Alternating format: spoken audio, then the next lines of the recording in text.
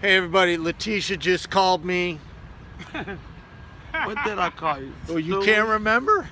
Stewie? Stewie?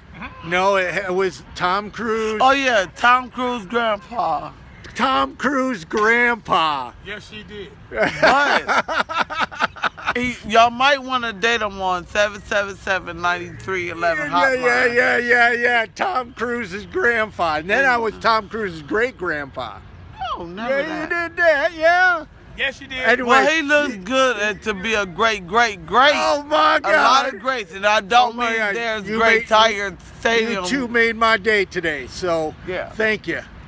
Yeah, see, he's pushing his belly up on my arm, so I can't.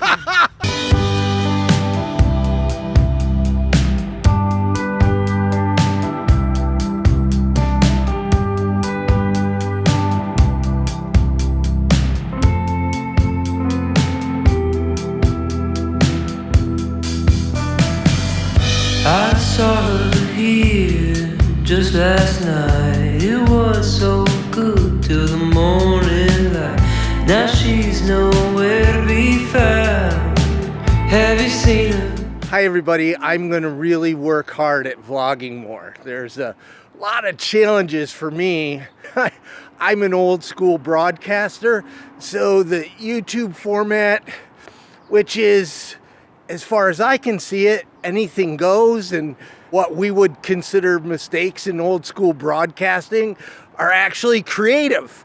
So some of that I have to get over. The other issue is I'm out on the streets, I'm handing out socks, I'm meeting people. Sometimes they're very challenging locations. I don't always have permission. So it's something that I've got to grow into. I also really don't have format yet, which is kind of what I am doing now. Is I'm trying to establish a format. Last week, the Michigan Coalition Against Homelessness invited me to speak. And when we were talking about me traveling to Michigan, they said, you know what? Why don't you just fly into Detroit and rent a car? That got me thinking, and next thing you know, I'm traveling around Michigan. This vlog is going to be in two parts. The first day, this episode, is the day I spent with Street Medicine Detroit. What a wonderful day. Hey everybody, I am here at, where's this place? NSO Tumani Center. And I'm here with Dean, and we're gonna go out on the streets today. Explain your backpacks that you have over here. Well, the backpacks are divided into medications, treatments, and diagnostics. This has, all the things that we need to, do testing or like draw blood. We take a lot of medication with us. We give everybody we see a month's supply of medicine. And this is for wound care, dressing changes, splints, and things like that. So tell me about homelessness in Detroit. What type of clients do you see on a given day? Homelessness in Detroit is a particular problem. We have about 16,000 homeless in Detroit by the last point-in-time count. Also, they tend to be more medically fragile than the rest of the country. We did the homeless death prevention study in 2010. Nationally, 42% of the homeless people who responded to that survey met the criteria for vulnerable. In Detroit, it was 51%, so Detroit is particularly hard. Another thing on that survey was that we had much lower numbers of elderly, so that implies that homelessness is particularly fatal to elderly people in Detroit compared to the rest of the country. We're going out with Wayne State medical students to a shelter that specializes in women and children. It's called COTS, and we're going to hopefully see some patients there and bring health care to them. Gonna have fun. Yep. Cool. So the students have arrived. The students have arrived. Mario, I have a t-shirt for you. You do. Hey everybody. Hi, I'm Fareshte, and I'm first year medical student. I'm Alex. I'm a second year medical student. I'm Adam. I'm one of the street leaders today, and I'm a rising second year student. I'm Samantha, and I'm a graduating fourth year student. I'm Amanda. I'm the other street leader for today, and I'm going to be a second year next year. I'm Dennis, and I'm a rising second year. And I don't think I caught your name. Ashley. I'm a nurse practitioner student at Oakland U. Awesome.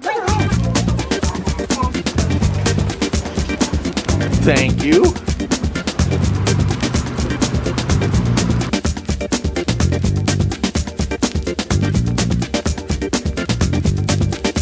All the street leaders are on the street medicine board, so my job is I'm on the technology side. So I work with the EMR, I made an inventory system.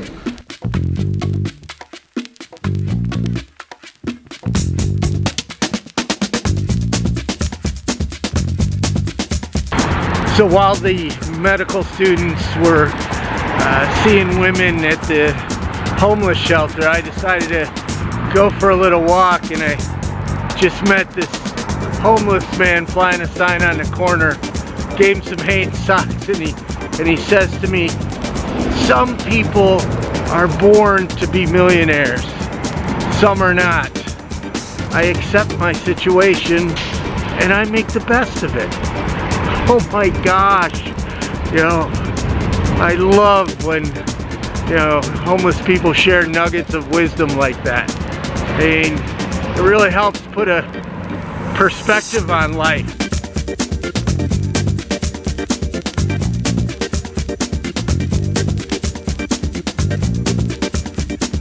Then we came back to the neighborhood services organization, where all the medical students just kind of, you know, did an update of the day, what went well and what went bad. After that, a few of the students just saw a few of the homeless people that stay at the day center.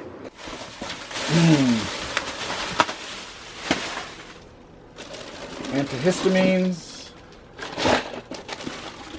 lidocaine for injections, glucose test strips, cough syrup, all good stuff.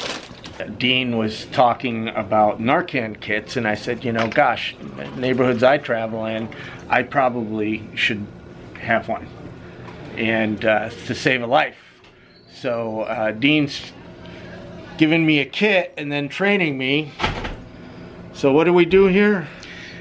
You put the needle on the syringe, flip the top, draw up the Narcan in the syringe, and then inject it in the muscle, deltoid muscle right there. Okay.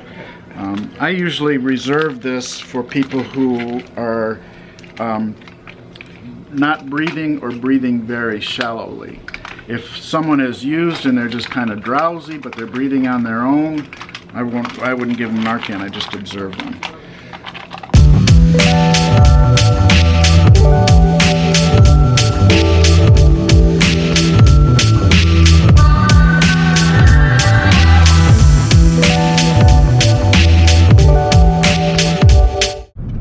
We're driving around Detroit looking for people who are experiencing homelessness, to see if we get them health care, get them enrolled in services.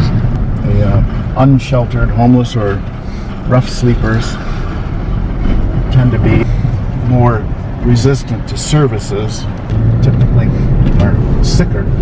Rather than letting some condition fester until it's eventually treated in the emergency room, if we can find them and treat them on site, it improves outcomes and saves money downstream.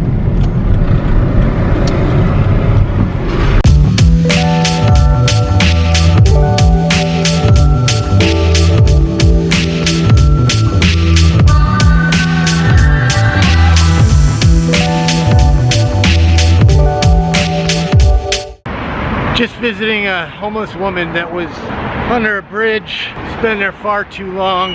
Glad the street medicine team visits her and checks on her, but we got to get her into housing. You know, Dean says housing is a punchline, and all their services that connect to housing in some way, there's just not enough housing. We need more housing. Get these people off the streets. You can walk and talk, right? Oh, all right. So I used to work for Boston Healthcare for the Homeless over at Barbara McGinnis' house. Dr. Jim O'Connell. Yep, and that's honestly how almost I got this gig. So how long have you been doing this? We've been doing this gig since October. So why is it important for you guys med students, right? Why is it important for you guys to be out on the streets? I think it's because a lot of our patient population that we'll be seeing at Detroit Receiving, or a lot of those patients are living on the streets. There's a stigma attached to living outside on the streets. It's important for us as physicians to understand that and really not let that stigma get in the way of us providing like quality care to a lot of these patients. But you said I was Tom Cruise's grandfather. He's Tom Cruise's great-great-grandpa. Oh, now it's great-great-grandpa. Oh my gosh, so tell me, how long have you been out here? For like 3 years. That's way too long. Yeah. Take it from me, it's not good for a woman. No, homelessness is horrible. Yeah. Take it from Tom Cruise grandpa. Great-grandpa. Sweet home Alabama. Say something. You look like Bruce Lee's brother. I do look like Bruce Lee's brother. I'll take it. Yeah, we saw this lovely couple. They're living right here on this lawn, and one of them was having a little bit of respiratory problems. So we were able to provide some albuterol for them. That's like an inhaler. She also mentioned that she had heart murmur, but we think that is called a patent foramen ovale. And that can kind of like mix up oxygenated and deoxygenated blood, but we weren't able to hear anything, and it seems like she's all right. So I just had a wonderful experience. This couple's been living out here, and they're definitely in love, and it's just really great that I'll take Jackie. Street medicine team can come out and check on them. So I hope you enjoyed part 1 of Invisible People Tours Michigan in 2017. This vlogging stuff is new to me, and how I figure it is you just got to jump in, you got to just start making it happen, and you'll learn and grow. If you guys have any suggestions, please leave them in the comments. Please subscribe, please like this video, please watch a bunch of Invisible People videos and share them with all your network. We really need to grow this channel. If you love what we're doing, support on Patreon. Next episode, we go to Traverse City, way up north. That was really, really amazing. Stay tuned.